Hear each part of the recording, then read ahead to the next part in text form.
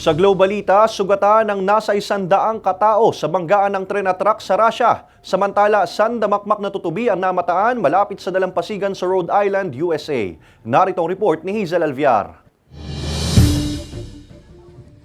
Nasa 100 katawang sugatan matapos magsalpukan ng isang pampasaherong tren at truck sa Russia. Sakay ng tren ang nasa 800 pasahero. Sa video ng Russian Emergency Ministry, makikitang nadiskaril at nayupi ang ilang bagon ng tren dahil sa salpukan. Patungong Adler sa Black Sea ang tren nang mangyari ang aksidente sa Southern Volgograd region. Agad namang dumating ang mga paramedic at emergency workers sa pinangyarihan ng insidente.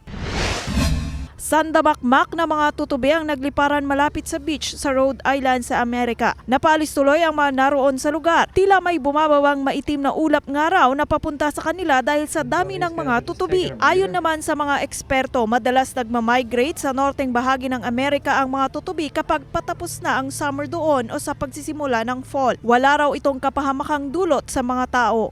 Hazel Alviar, Balitang Southern Tagalog.